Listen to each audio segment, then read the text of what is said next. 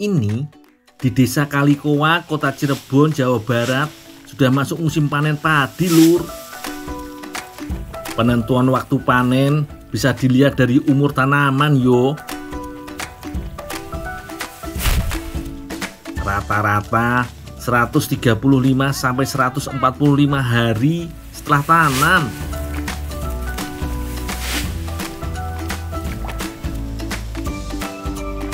Tahap penentuan waktu ini penting dilakukan, Lur. Soalnya kalau kurang tepat bisa mengakibatkan rendahnya kualitas gabah atau beras.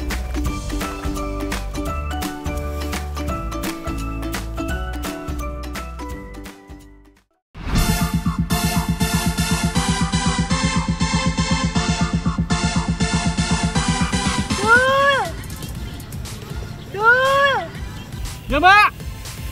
Dul, sini sebentar. Sekarang, Mbak.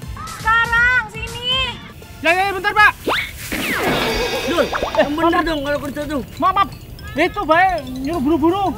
Maaf ya, sorry. Maaf. Saya buru-buru nih. I'm coming.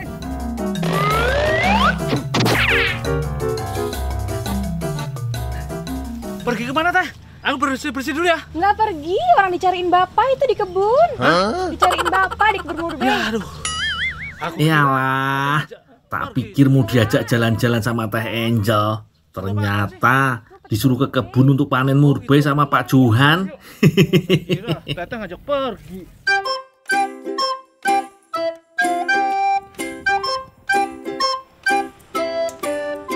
Tapi aku nggak masalah. Gampang kok kalau cuma panen murbei. Pak, ini gundulnya. Aduh, dari mana aja, Dul? Itu, Pak, bantuin ibu-ibu panen. Gitu. Ini bantuin Bapak nih untuk potongin batang murbei nih untuk dimasak. Nih guntingnya. Dul, jangan lupa nanti bawain daun sama buah murbeinya ya. Banyak nggak? Gak usah, ditunggu ya. Aku mau bikin bumbu dulu. Oh, iya.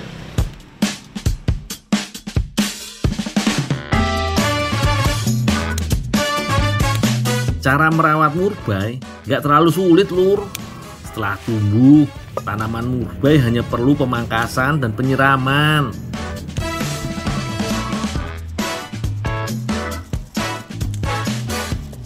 Oh iya, banyak jenis murbei, Lur. Kalau yang ditanam Pak Johan, jenis murbei hitam. Murbei hitam dari Asia Barat ini dianggap sebagai murbei kualitas terbaik. Dul, Ya, Pak. minta tolong bawain ke rumah nih, Dul, untuk dimasak, Dul. Ya. Ntar saya antar semua, Pak. Ya, terima kasih, Dul.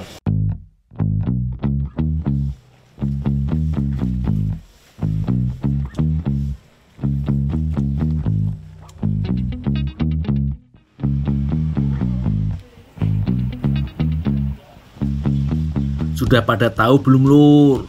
Tidak hanya buah murbei yang banyak vitamin dan bagus untuk kesehatan. Daun murbei juga sering dimanfaatkan untuk pengobatan tradisional. Dul, mainin Dul. Rampung nih, Bu, ini Bu, daunnya Ya, Dul. langsung dipotong juga. Ya, langsung.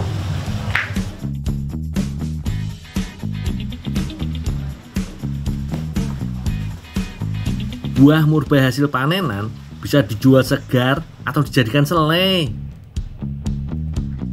Untuk daunnya biasanya akan disortir berdasarkan kebutuhan.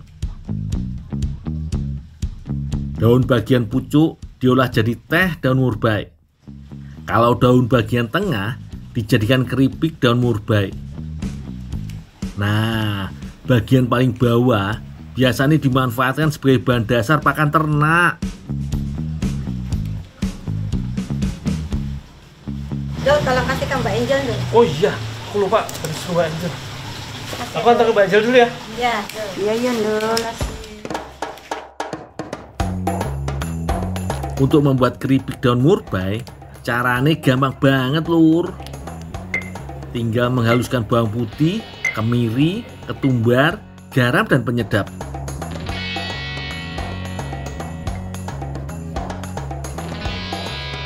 Kemudian Siapkan adonan yang terbuat dari tepung aci, tepung beras, dan telur. Kalau sudah, campurkan bumbu ke adonan tepung. Terakhir, tambahkan santan.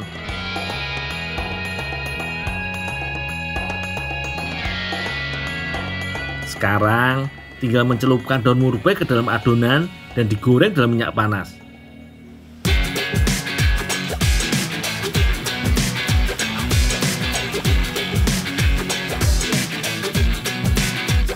Tunggu sampai keripik mengambang di permukaan minyak. Kemudian, angkat dan tiriskan.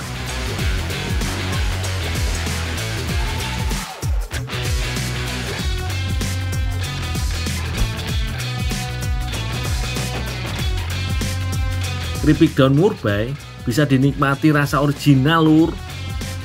Tapi ada juga yang ditambahi perasa balado.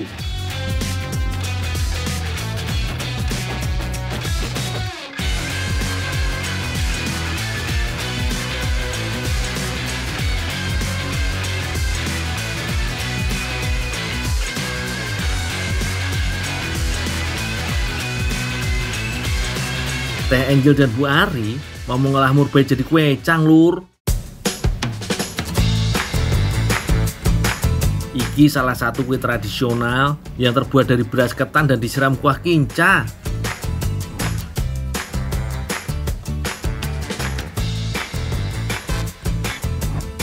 Campurkan beras ketan, air apu atau air kapur sirih, dan garam.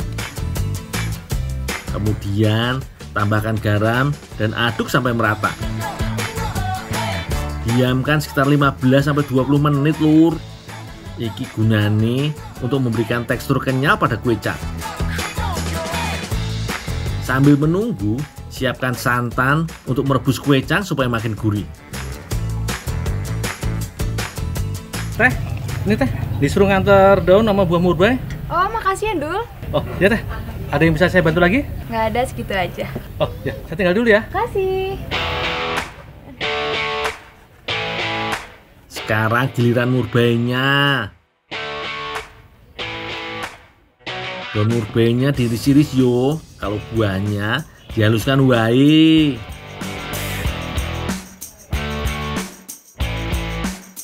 Lanjut, Lur. Campurkan beras ketan dan rajangan daun murbei. Ibu, aku mau bikin selainya dulu ya. Ya, enggak.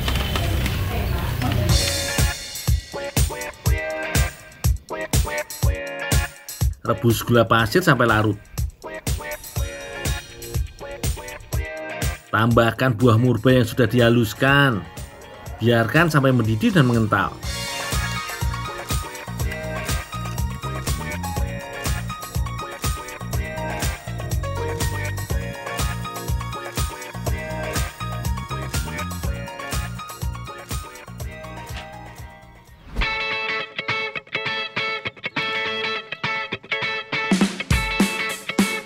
Biar makin jos gandos, beras ketan bisa ditambah pewarna makanan.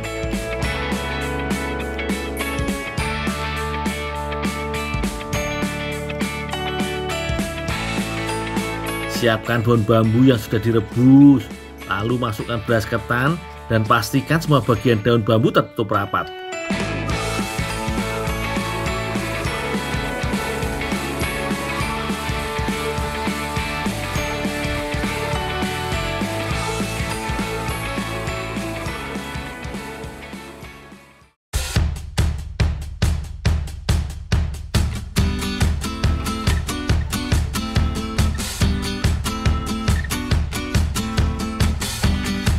Setelah itu, rebus santan sambil mendidih, masukkan kuecang dalam santan.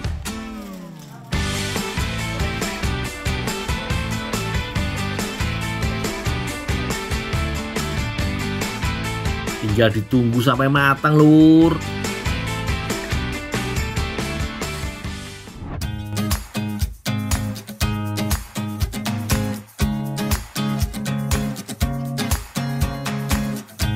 Piye, Lur? Tampilannya menggoda banget toh.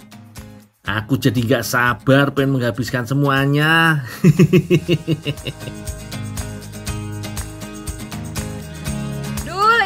kecangnya udah jadi, kecang murbeinya. Coba dicobain Ibu Bapak, ayo. Ayo Pak.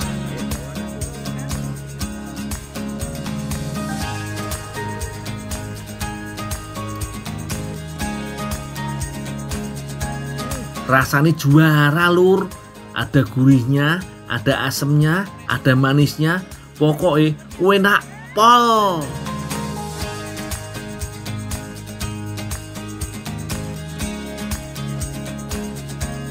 Tekstur kue cangnya pas banget, kenyal dan ada sensasi krenyes-krenyes dari daun murbainya. Sing jelas, iki pas banget untuk cemilan penganjel lapar. Dijamin mengenyangkan lur.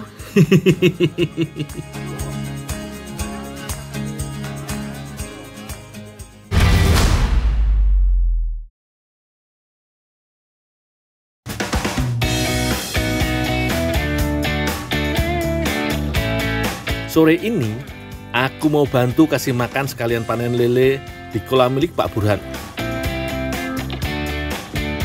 Lele termasuk ikan air tawar yang mudah dibudidayakan. Karena ikan ini gampang adaptasi dan tahan terhadap penyakit. Yang dibudidayakan di sini jenis lele mutiara ya lur. Iki hasil persilangan dari varietas lele Mesir, Python, Sangkuriang, dan Jumbo. Dul, Ya Mas. tolong kolam yang kayak disat. Mau dipanen Mas? Oh, dipanen arep di gunang pasar kok. Oh iya ya.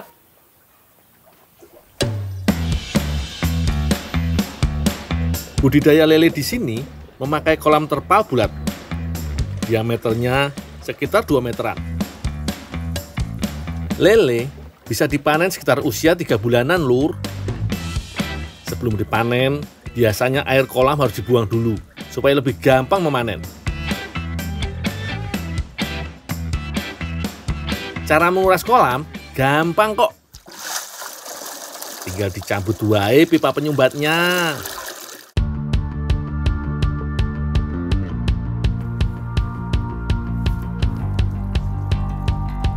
Nah, wis asat iki banyune.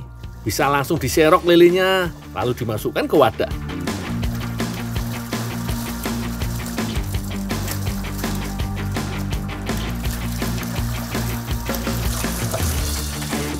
Hasil panen lele untuk satu kolam begini bisa sampai 1 kuintal.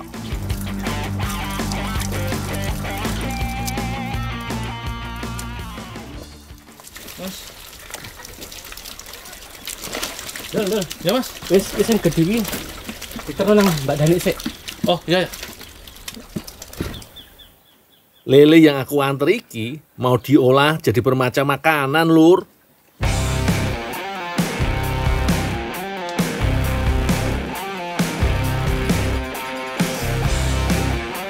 Sebelum diolah, lele dicuci dan dibersihkan dulu. Mulai dengan mengeluarkan isi perutnya yo, kemudian cuci pada air mengalir. Sambil digosok-gosok supaya kotoran yang menempel bisa lepas. Setelah itu, lele dipotong menjadi beberapa bagian.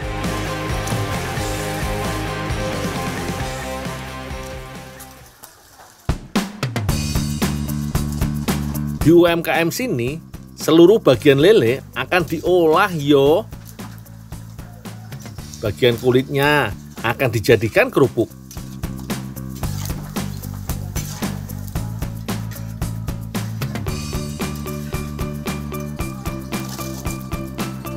Gizi kulit lele nggak kalah dengan dagingnya ya lur.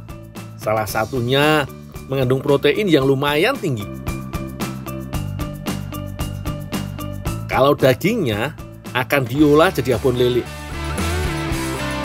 Setelah dicuci, lele dikukus selama setengah jam sampai empuk. Jadi nanti lebih gampang memisahkan daging dan tulangnya.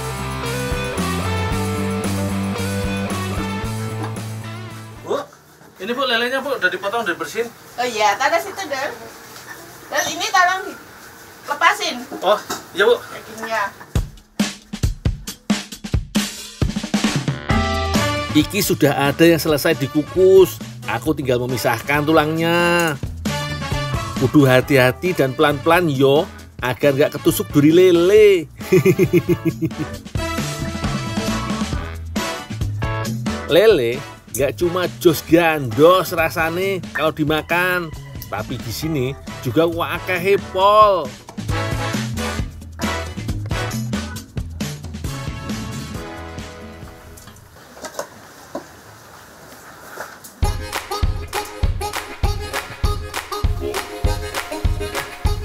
Untuk 100 gram abon lele, harganya dibanderol sekitar Rp20.000. Kalau kerupuk kulit lele per 100 gramnya dijual Rp15.000.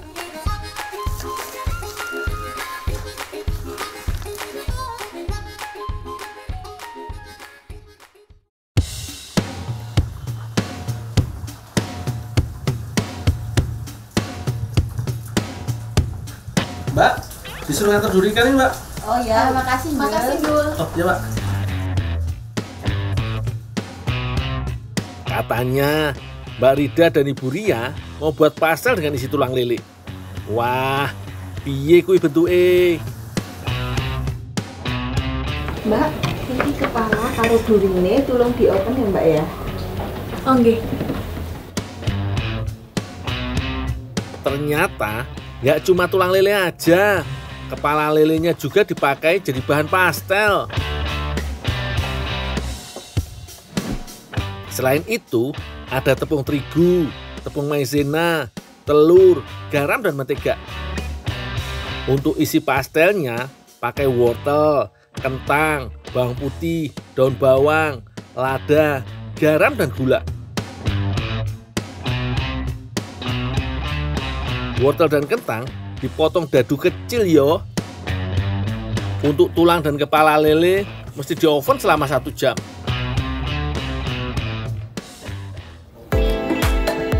Sambil nunggu, potong daun bawang dan haluskan bawang putihnya. Untuk adonannya, campurkan tepung terigu, tepung maizena, mentega, garam, dan telur. Aduk sampai rata. Tambahkan air secukupnya, lalu aduk lagi sampai kalis. Biar cepat kalis, ngadonnya sambil ditekan-tekan dan dibanting gini yo. Wah, iki kalau lagi nesu-nesu bisa sekalian buat pelampiasan lur.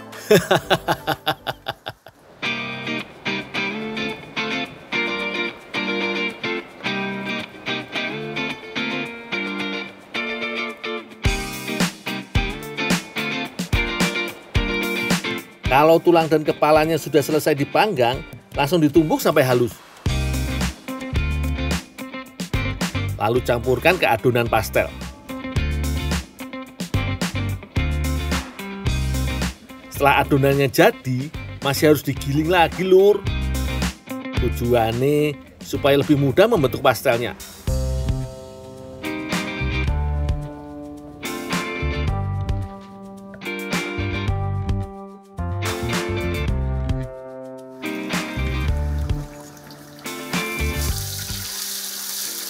Bu Ria sudah siap menumis isian pastel. Monggo, dilanjut Bu. Panaskan minyak, lalu masukkan bawang putih halus dan garam. Kalau sudah, tambahkan potongan wortel dan kentang. Sekarang giliran air, gula dan lada bubuk yo. Kemudian masak sampai wortel dan kentangnya lunak. Setelah itu, masukkan tepung maizena yang sudah dicampur air. Aduk lagi sampai rata. Terakhir, tambahkan irisan daun bawangnya. Tunggu sampai mengental.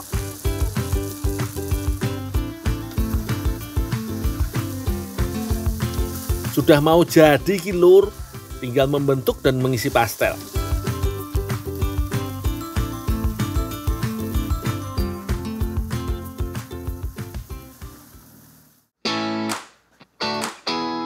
Caranya gampang kok.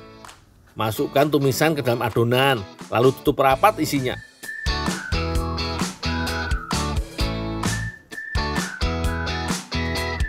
Kelihatannya gampang yo, tapi lumayan susah loh. Soalnya harus memastikan isiannya nggak ambiar dan bentuknya tetap rapi. Kalau sudah dibentuk semua, pastel bisa langsung digoreng.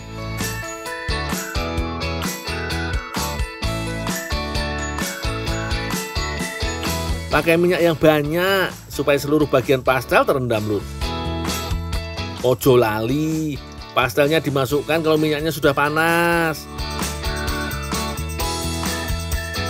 Sesekali dibalik supaya matangnya merata.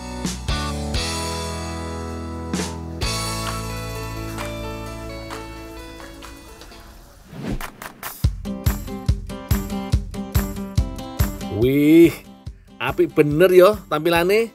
Jadi tambah penasaran sama rasanya. Kulit pastelnya agak sedikit gelap dan ada bintik-bintik hitam. Bukan karena gosong yo iki, tapi karena menggunakan bahan spesial. Kepala dan tulang lele yang berwarna agak kehitaman. Mari kita santap lur.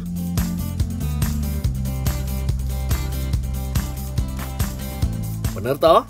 Jos gandos iki, sekali gigit nikmat banget. Kulit pastelnya renyah. Tambahan tulang dan kepala lele menambah gurih kulit pastel. Ditambah pastel yang gurih dan kaya rasa dari wortel dan kentang. Juara iki rasane.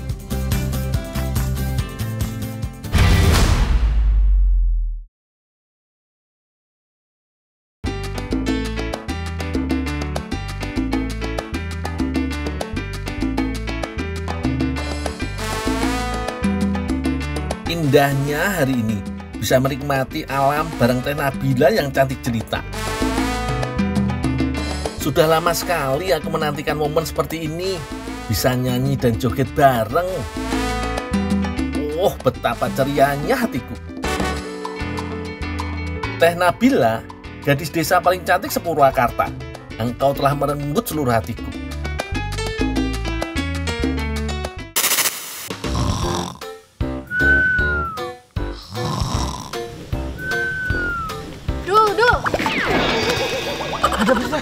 Kamu itu tidur mulu.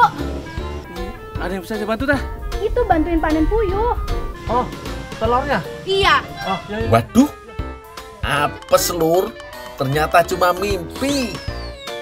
Gara-gara ketiduran, aku sampai lupa punya janji membantu panen telur puyuh.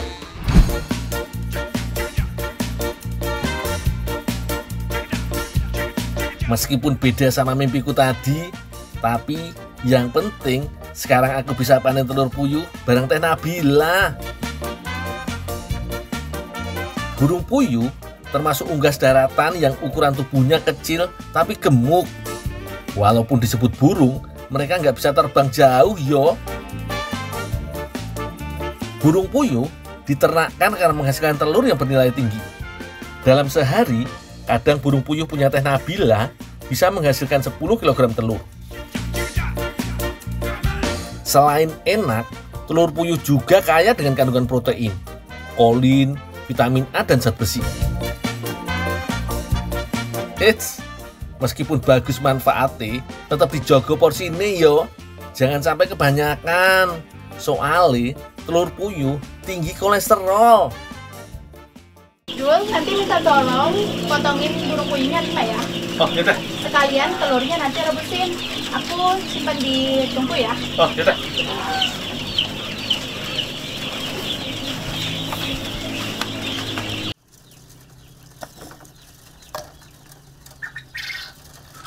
Burung puyuh punya masa produktif bertelur maksimal 2 tahun. Untuk puyuh yang sudah nggak produktif, bisa dimanfaatkan dagingnya. Kebetulan, Teh Nabila punya resep masakan India yang super enak. Wis, cukuplah 5 ekor, tinggal diolah wae iki.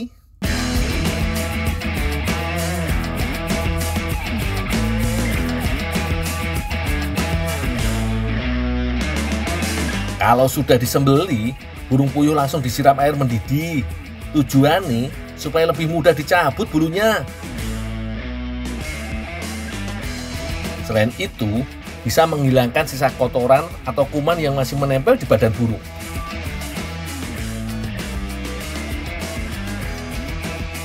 Supaya bisa bareng olahnya, telur puyuhnya juga langsung direbus yo.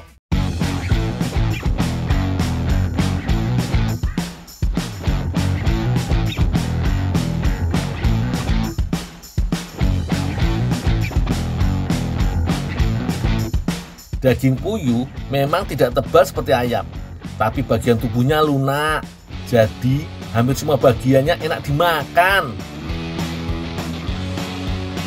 Setelah selesai mencabut bulunya, langsung direbus selama 15 menitan. Ojo kelamaan, nanti malah bisa membuat daging puyuhnya alot.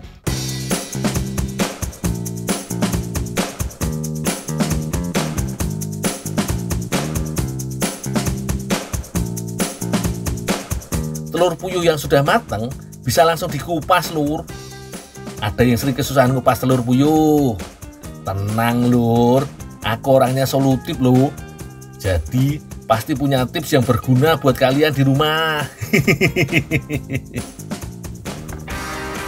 Teman-teman, ada tips nih gimana caranya ngupas telur supaya cepat dan telurnya nggak hancur.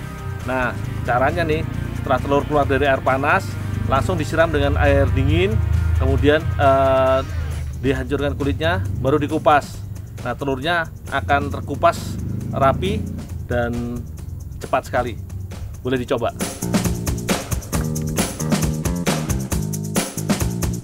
Gimana? Gampang toh? Buat penggemar telur rebus, monggo dicoba di rumah.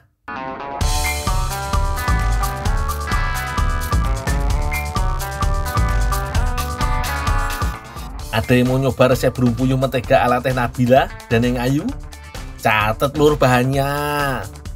Bawang putih, bawang merah, cabai hijau gendut, daun bawang, cabai merah pedas, bawang bombay, bakso sapi, garam, dan tentunya mentega. Sebagian bumbu diulek sampai halus, sisanya diiris yo.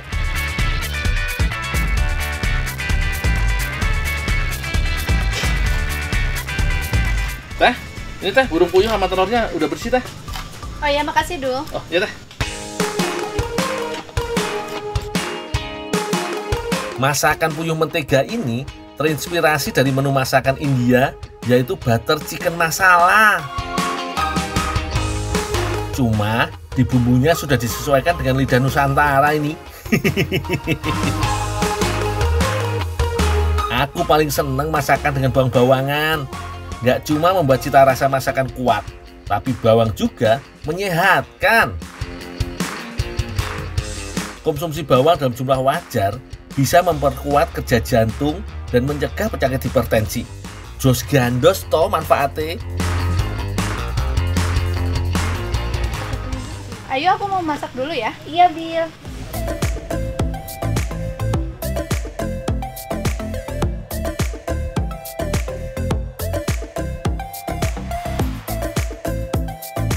Waktunya masak, lur. Karena judulnya puyuh mentega, jadi masaknya nggak pakai minyak goreng lagi yo. Langsung masukkan mentega dan tumis semua bumbu. Tumis sampai warnanya berubah kecoklatan dan aromanya harum. Tambahkan air sesuai selera dan masukkan bakso.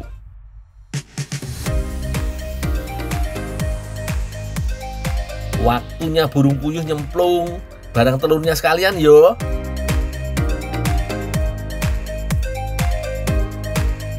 Wah, tampilannya jos tenan. Aroma pedasnya juga sudah mulai menusuk hidung. Aduk terus sekitar 10-15 menit agar matangnya sempurna dan merata.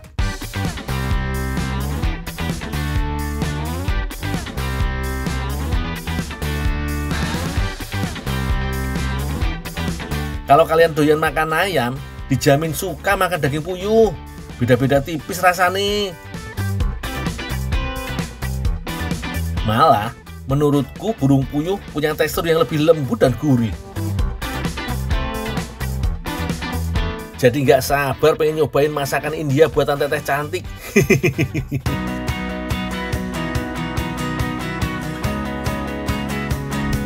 Yuk, langsung makan wae. Wis lapar iki. Gigitan pertama sungguh luar biasa, Lur. Rasa bumbunya menyerap ke lapisan daging puyuh. Kalau telurnya nggak usah diceritain deh. Udah pasti enak tenan.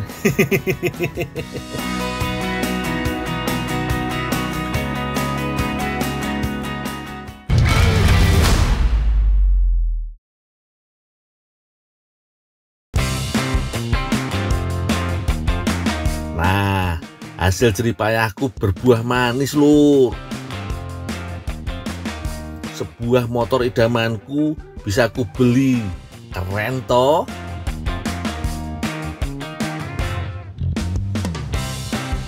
Wah, kebetulan nih lagi pada nongkrong di pos. Sik, sekalian tak panas-panasin wae biar jagoannya turun gunung mau duel melawan motorku.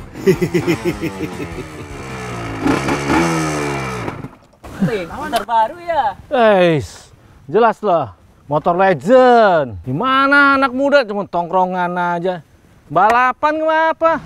Mana? Lawan nggak? Anda. Oke. Bukannya aku sombong, tapi sepertinya motor mereka gak akan menang lawan motorku iki. Yaudah Dul, saya ambilin motor dulu ya. Keluarin sana motornya. Motor apaan? Nah, gitu dong, berani duel lawan motorku.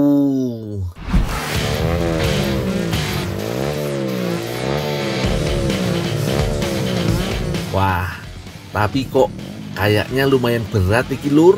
Kalau dilawan di trek lurus, aku mesti hati-hati.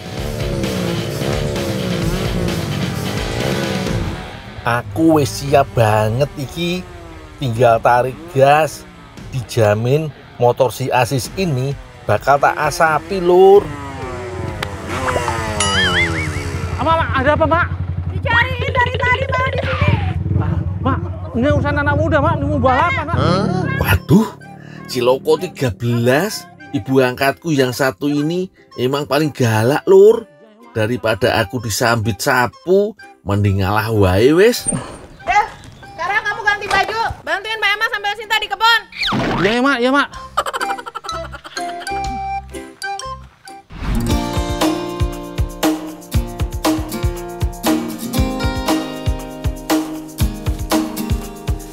Kak Emma, Kak Sinta, disuruh Mak bantuin Kak Emma sama Kak Sinta di kebun. Ngapain aja, Kak? Ini kita metik coklat sama metik daun pakis.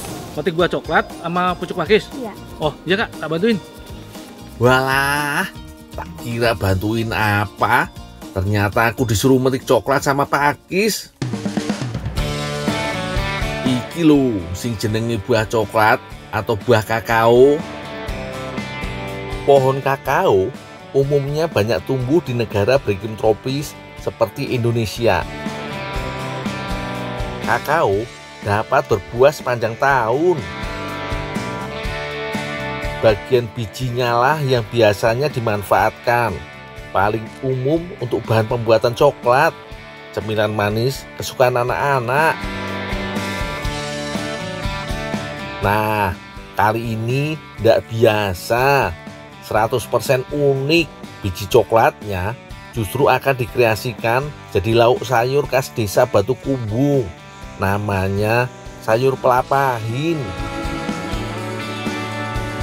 Sekalian niki tak ambil pucuk daun pakis sebagai campuran sayur pelapahin.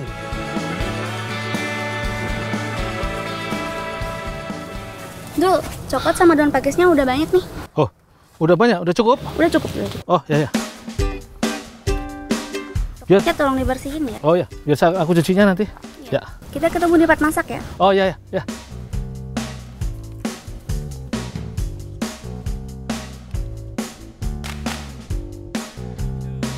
Aku kupas dahulu dan ambil bagian dalamnya saja ya, Lur. Bagian dalam buah ini terdiri dari biji yang terbungkus pulp atau daging kakao yang tipis. Kalau sudah dipisahkan dengan bagian kulit, tinggal lepaskan dari pulpnya seperti iki lur. Lalu cuci sampai tidak lengket lagi. Dalam 100 gram biji coklat mengandung banyak zat penting yang dibutuhkan tubuh lur. Ada protein, serat, natrium, dan lemak baiknya juga lur. Di samping rumah emak sudah ada Mbak Emma dan Mbak Sinta yang sedang menyiapkan bumbu-bumbu. Ciri khas sayur pelapahin ada di terasi dan cabai dengan jumlah yang lumayan banyak. Pas iki karo seleraku pecinta masakan pedas. Bahan-bahan lain yang juga harus disiapkan adalah bawang putih, bawang merah, cabai, tomat, dan bumbu penyedap alami lur. Monggo langsung digarap buai bumbu dan bahannya mbak. Tinggal bagi tugas, siapa yang bagian ngulek dan sisanya ngiris bahan-bahan pendukung. Khusus cabai diolah jadi 2 versi lur. Ada versi dihaluskan dan versi diiris cacah. Tuh lihat, terasinya bukan sembarangan terasi. Iki terasi khas Lombok. Aromanya kuat banget lur. Makanya waspada, jangan sampai kebanyakan yo. Waduh, pas banget iki. Sore-sore makan sayur pedas dan gurih khas deso. Kak Emma, ini coklatnya udah aku bersihin Kak. Oh ya, makasih ya. Ada yang bisa aku bantu lagi Kak? Oh udah itu aja. Nanti kalau udah matang aku kabarin ya. Oh ya Kak, tinggal dulu ya. Ya, makasih.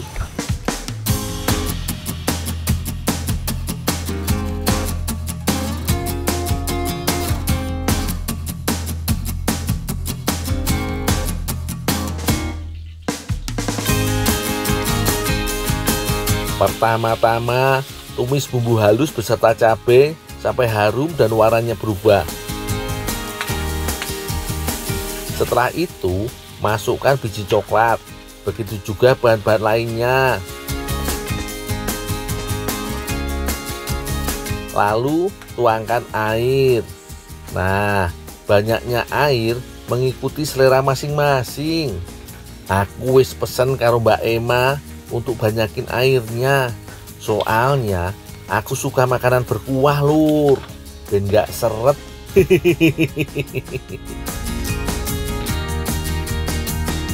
Kalau sisa airnya sudah mulai menyusut, tandanya sudah matang iki lur. Tinggal angkat dan sajikan di mangkok saji yang cantik kayak Mbak Emma.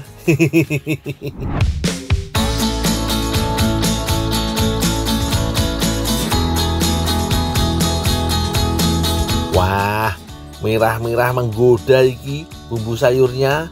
Bikin aku makin gak sabar mau nyobain.